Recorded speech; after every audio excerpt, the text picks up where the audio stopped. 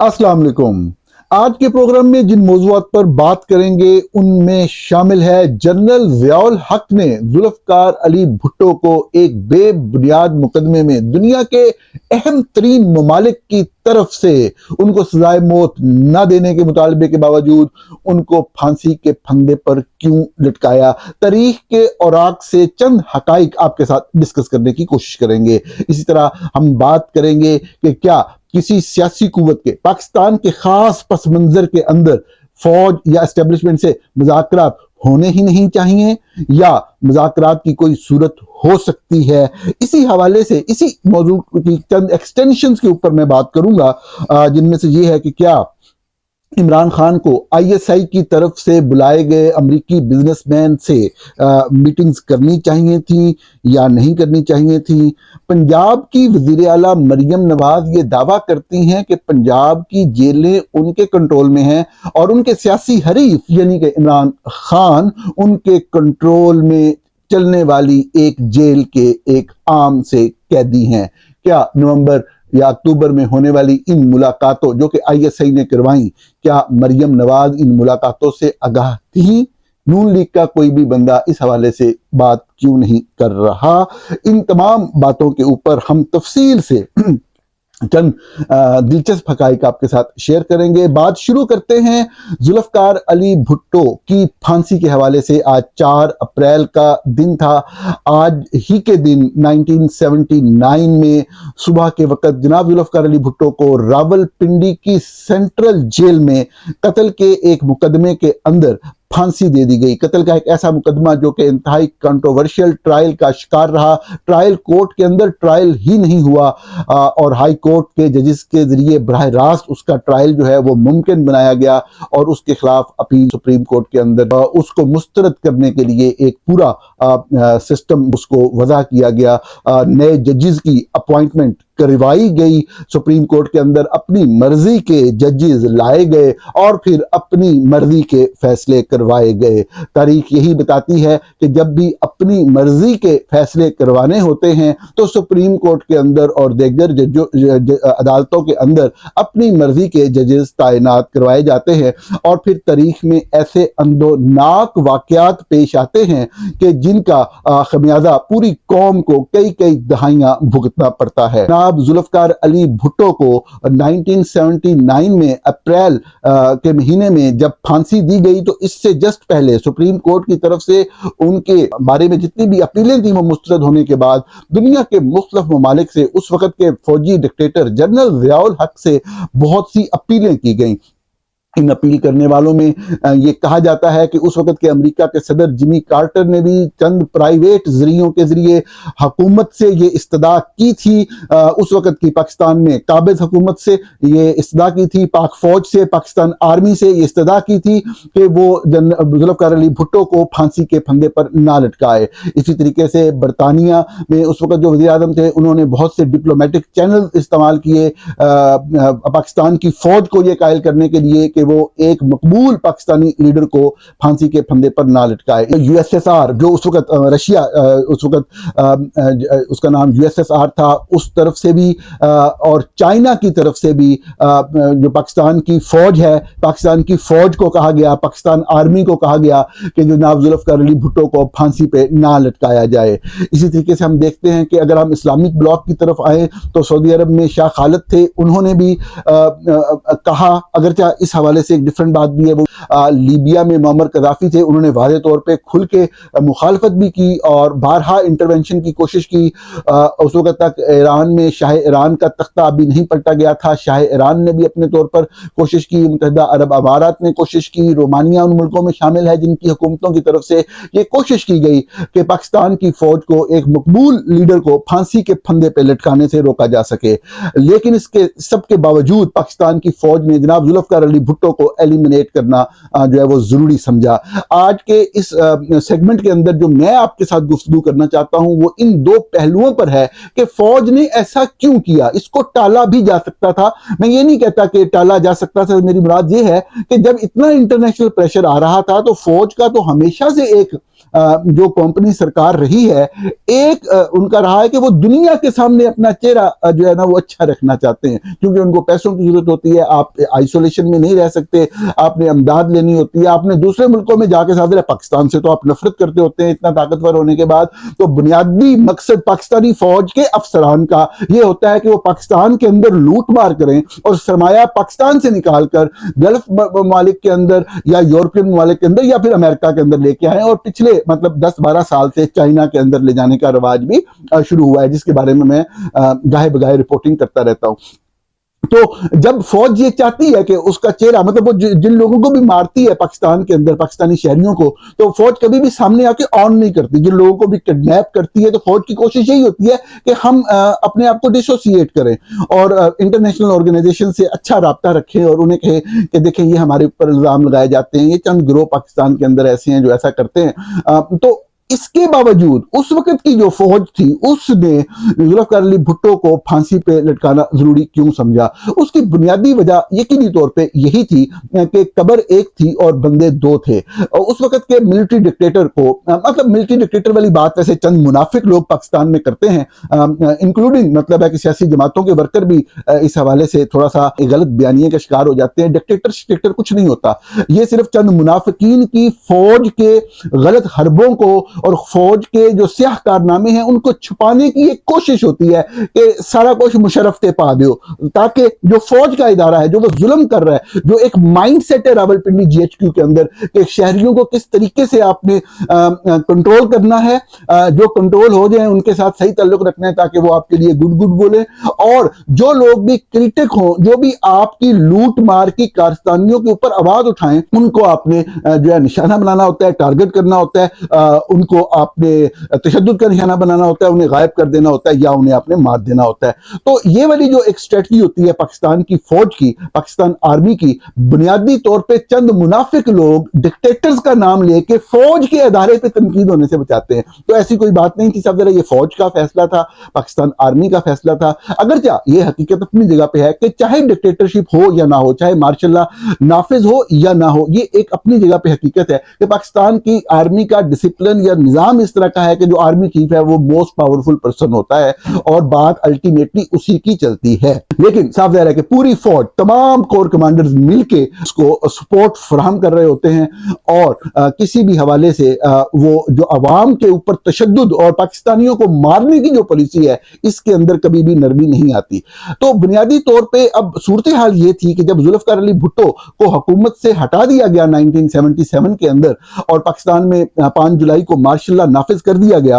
तो जो सबसे अहम मामला था वो ये था कि जनरल जियाउल हक जो कि इक्तदार में आ गए और अवाम को 90 दिन इक्तदार में रहने के हवाले से झूठ बोल रहे थे, उनके इक्तदार को सस्टेनेबल कैसे बनाया जाए, उनके इक्तदार को दवाम कैसे बख्शा जाए। तो पाकिस्तान के अंदर तो लिखारियों की, सहाफियों की, आजकल वीलॉगर्स की एक फौज जफर मौज होती है जो इस तरह की खिदमात सर अंजाम देने के लिए हरदम मतलब तैयार बैठी होती है। तो उस वक्त भी बहुत से लिखारी जो है वो आए और मर्द मोमन, मर्द हक करार दिया एक फौजी डिक्टेटर को। जनरल जियाउल हक जब इस दोहराए पे खड़े थे कि अब क्या किया जाए, तो सबसे पहले तो उन्होंने एक मजहब का जो है इस्तेमाल करना शुरू किया। भुट्टो साहब को हैंग करने से पहले से ही उनको ये समझ आ गई कि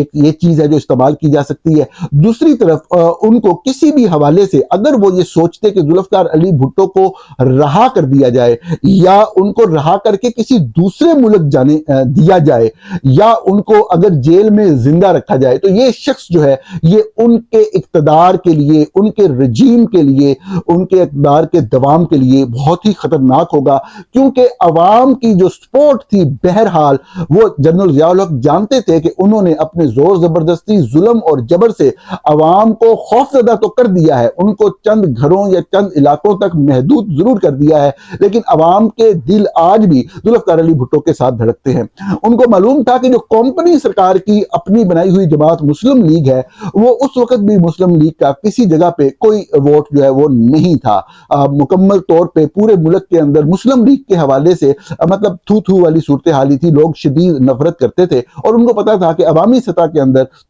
पंजाब में या उस वक़्त के NWFP जिसे आज हम खैबर पख्तूनख्वा कहते हैं, या बलूचिस्तान के अंदर या सूबा सिंध के अंदर जो है, वो अगर कोई शख्स मकबूल है या किसी का वोट बैंक है तो वो जुल्फ़िकार अली भुट्टो ही हैं। इस तमाम सूरत हाल को भांपते हुए ज़िया, जो कि पाकिस्तान पे काबिज़ होकर इक़्तिदार को दवाम देने के हवाले से फैसला कर चुका था, तो उसके पास इसके अलावा कोई चारा ना था कि वो जनाब जुल्फ़िकार अली भुट्टो से छुटकारा हासिल कर ले। इसीलिए उसने तमाम बैनुल-अक़वामी प्रेशर को मुस्तरद करते हुए, तमाम चीज़ों को मुस्तरद करते हुए सिर्फ अपने इक़्तिदार को दवाम देने की जो स्ट्रेटजी थी उसी को अपनाने का फैसला किया, और अल्टीमेटली उसने जुल्फ़िकार अली भुट्टो को एक झूठे मुकदमे के अंदर अदालत के ज़रिए, अदालतों के अंदर अपने नए जज अपॉइंट करके अपने उस मकसद को हासिल कर लिया, और पाकिस्तान आज के दिन तक जो है उस चीज़ का ख़िमियाज़ा भुगत रहा है। इस बात का, इस सारी कहानी को इस तरह बयान करने का मकसद बिल्कुल भी ये नहीं है कि जनाब जुल्फ़िकार अली भुट्टो, जो कि पाकिस्तान के पहले मुंतखब जमहूरी वज़ीर आज़म थे, वो खामियों से मुबर्रा थे। यकीनी तौर पे उनकी ज़ात के हवाले से उन्होंने जो मुख्तलिफ आइन या कानून के अंदर तरामीम की, उस हवाले से बहुत से ऐसे इक़दामात जो मजहबी तबके को खुश करने के लिए किए, जैसे जुम्मे की छुट्टी उन्होंने ख़त्म की थी, इस तरह के मामलात के हवाले से उनके ऊपर तनकीद की जा सकती है। यकीनी तौर पे जो इलेक्शन उन्होंने करवाए अपने जाने से पहले, अपने मार्शल लॉ लगने से पहले, वो भी इंतहाई कंट्रोवर्शियल इलेक्शन थे। उनके अपने साथी जो हैं पाकिस्तान पीपल्स पार्टी के जो सीनियर रहनुमा हैं, बशमूल मौलाना कौसर नियाजी, जो उनके आखिर वक्त तक बहरहाल उस वक्त साथ रहे, वो भी इस बात की गवाही देते हैं कि इलेक्शन के अंदर जो है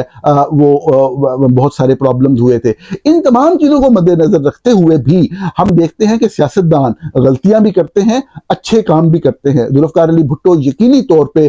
एक बिल्कुल एक बहुत बड़े जिम्मेदार फैमिली से ताल्लुक़ रखते थे, पढ़े लिखे बंदे थे, पैसे वाले बंदे थे, लेकिन ये भी एक हकीकत है कि उन्होंने अपने नज़रियात और अपनी सोच की वजह से पाकिस्तान के आम लोगों के अंदर एक आज़ादी की और एक सिविल लिबर्टीज या अपने हकूक हासिल करने का एक शऊर बहरहाल दिया, कि आम शख्स जो कि कभी किसी ताकतवर शख्स के सामने कोई बात भी नहीं कर सकता था, मुलाजम होते हुए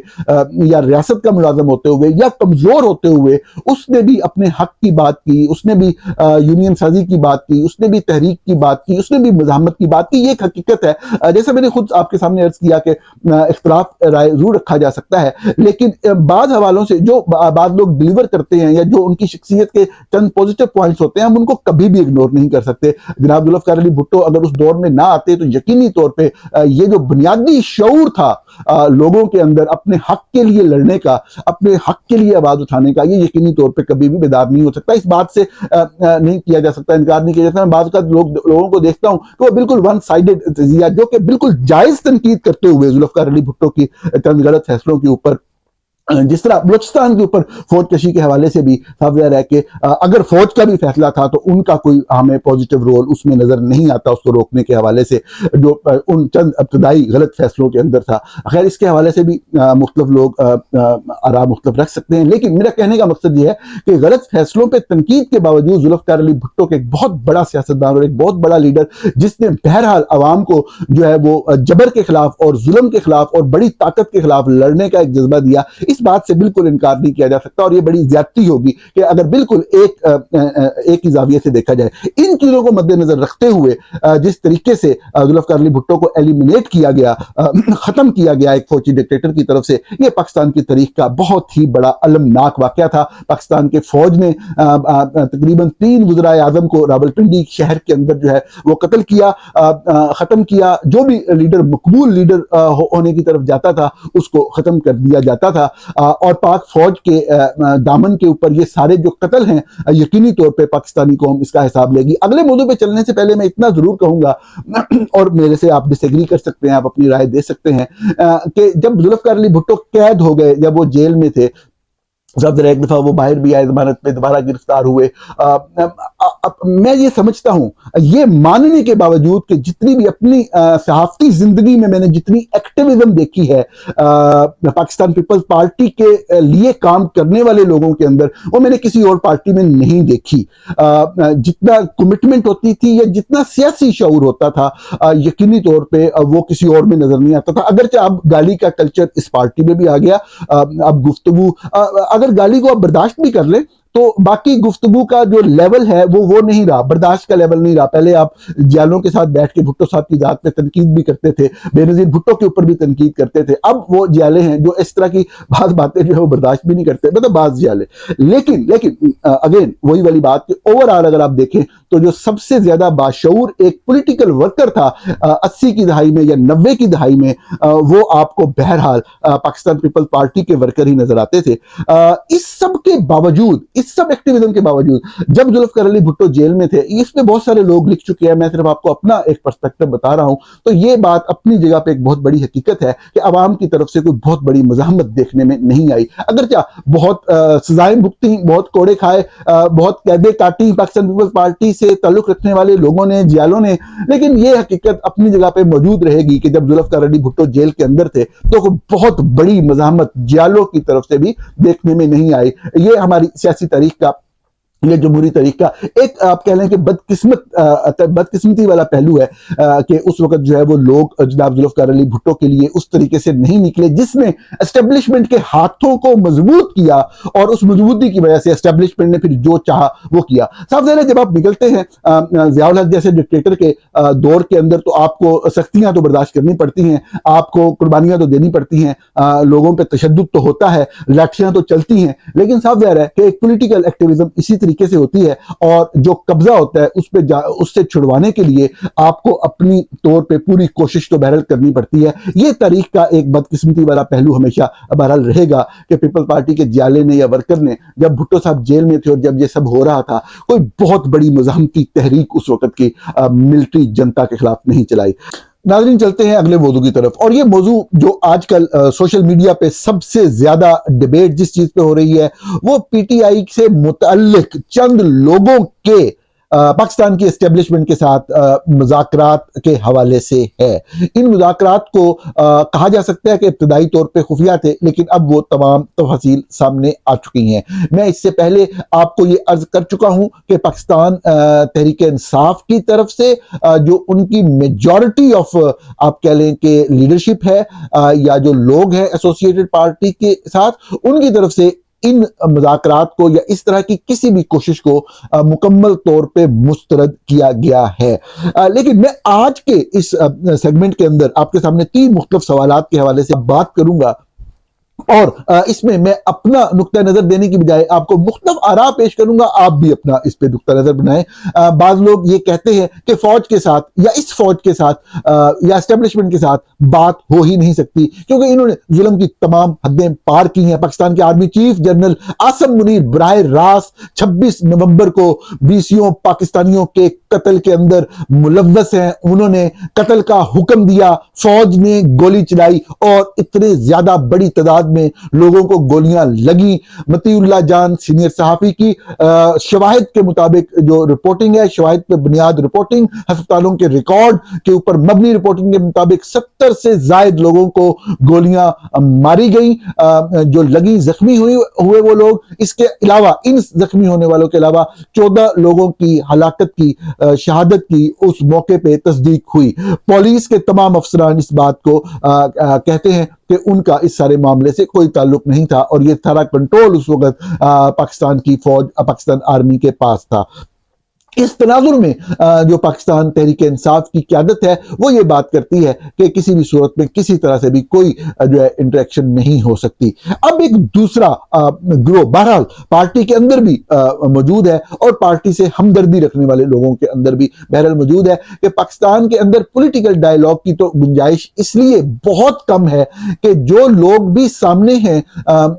हुकूमत के अंदर हैं वो बेसिकली फौज की तरफ से लाए गए लोग हैं, एक हाइब्रिड रिजीम के अंदर काम करने वाले लोग हैं जो कि फौज के अंडर ही उनके मताहितों के तौर पे काम कर रहे हैं। अब इस बात से अगर हम बिल्कुल दयानतदारी से बात करें, हकीकत तो ये है,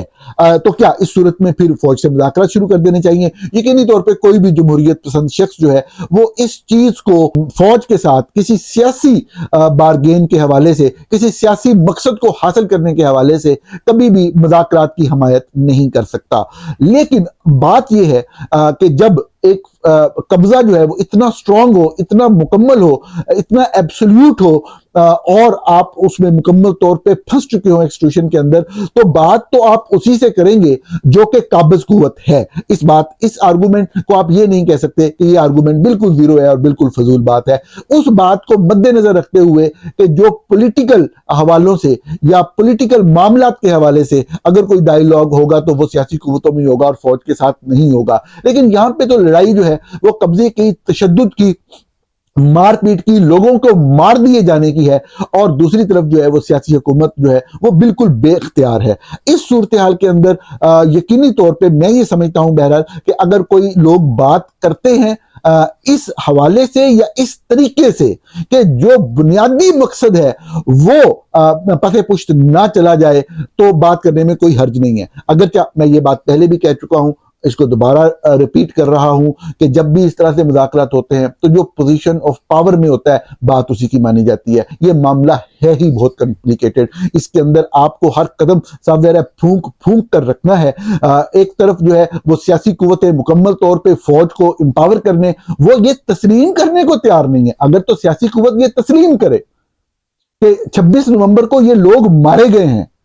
हमारे अंदर तो इतनी आइसोलेशन है। मैं अगले दिन भी किसी महफिल में बैठा था तो एक बहुत ही काबिल एहतराम साहब ये फरमा रहे थे कि आज से पता नहीं कितना अरसा पहले भी जो लोग मारे गए उनकी एक एक तफसील मौजूद है, तो ये जो दावा किया जा रहा है इसकी कोई तफसील मौजूद नहीं है। आपको मालूम है जो लोग इस प्रोग्राम को देखते हैं, मुसलसल देखते हैं, कि मैंने उस वक्त भी जब ये वाकया हुआ तो उसके फौरन बाद मैंने पुलिस के मुतलका लोगों से और मुतलका हॉस्पिटल के लोगों से बात करके एक रिपोर्ट किया था, कुछ फिगर्स रिपोर्ट किए थे। आज के दिन भी वो ट्वीट पड़ा हुआ है। डिजिटल दौर में यही आसानी है कि आपके पास तारीख और वक्त होता है, और उससे पहले किसी शख्स ने भी या उसके बाद कई घंटों तक किसी शख्स ने भी वो फिगर्स कोट नहीं किए, वो रिपोर्ट नहीं किए, और आज के दिन सही फिगर्स वही हैं। और मैंने उसी वक्त बताया था कि तकरीबन 10 के करीब जो लोग जो है वो मारे गए हैं फौज की तरफ से गोली चलाने के बाद, और तकरीबन इतनी तादाद में 100 के करीब जो लोग हैं वो जख्मी हुए हैं। अल्टीमेटली जब फैक्ट्स एंड फिगर्स सामने आए, मेरे पास तो डिटेल नहीं थी, मेरे पास रिकॉर्ड तो नहीं था, रिकॉर्ड अतीउल्लाह जान साहब सामने लेकर आए और आपने देखा वही वाला फिगर आपके सामने आया, डॉक्यूमेंट्री एविडेंस से सब्सटेंशिएट हुआ। अब बात जज्बाती लोग पीटीआई के यकीनन बातें करते हैं जो हर पॉलिटिकल पार्टी में होते हैं और हमेशा बात की जाती है, लेकिन क्या जो 10-12 लोगों की शहादत है एक पीसफुल प्रोटेस्ट के अंदर, एक ऐसे प्रोटेस्ट के अंदर जो किसी के घर में दाखिल नहीं हुआ, जो किसी के कारोबार में दाखिल नहीं हुआ, जिसने किसी बिल्डिंग के अंदर दाखिल होने की कोशिश नहीं की, सिर्फ अपनी मुखासमत बुग़्ज़ की वजह से किसी भी सियासी तरीके, चाहे आप उसको ना पसंद करते हो, लोग मेरे व्यूज जानते हैं पाकिस्तान तहरीक इंसाफ और उनकी सियासत के हवाले से, लेकिन आप उनको कुचलने की, मार देने की, मरोड़ देने की और ये कहना कि ये इंसान ही नहीं है, ये पाकिस्तानी नहीं है, ये वाली बात जो है, चाहे आप ये अल्फाज इस्तेमाल ना करें, कहना यही चाह रहे होते हैं चंद आप कह लें कि नाम निहाद लिबरल लोग भी, वो लोग भी जो लिबरल वैल्यूज पे यकीन रखते हैं, वो भी मुखालफिन को उसी तरह कुचलने पे यकीन रखते हैं। आप यकीन माने अगर आप उनके जहन को पढ़ें, जिस तरह तालिबान अपने मुखालफिन को खत्म करते हैं। अगला सवाल ये कि क्या इमरान खान को मुलाकात करनी चाहिए थी अक्टूबर नवंबर में पिछले साल आईएसआई की तरफ से भेजे गए मैसेंजर जो मिशनरी थे तनवीर अहमद साहब या उनके दोस्त भी हैं सरदार समी, इनके हवाले से मुलाकात की खबरें आई। सीनियर सहाफ़ी हैं शाहिद असलम, उन्होंने इंटरव्यू किया आतिफ खान पाकिस्तान तहरीक इंसाफ के रहनुमा अमेरिका में होते हैं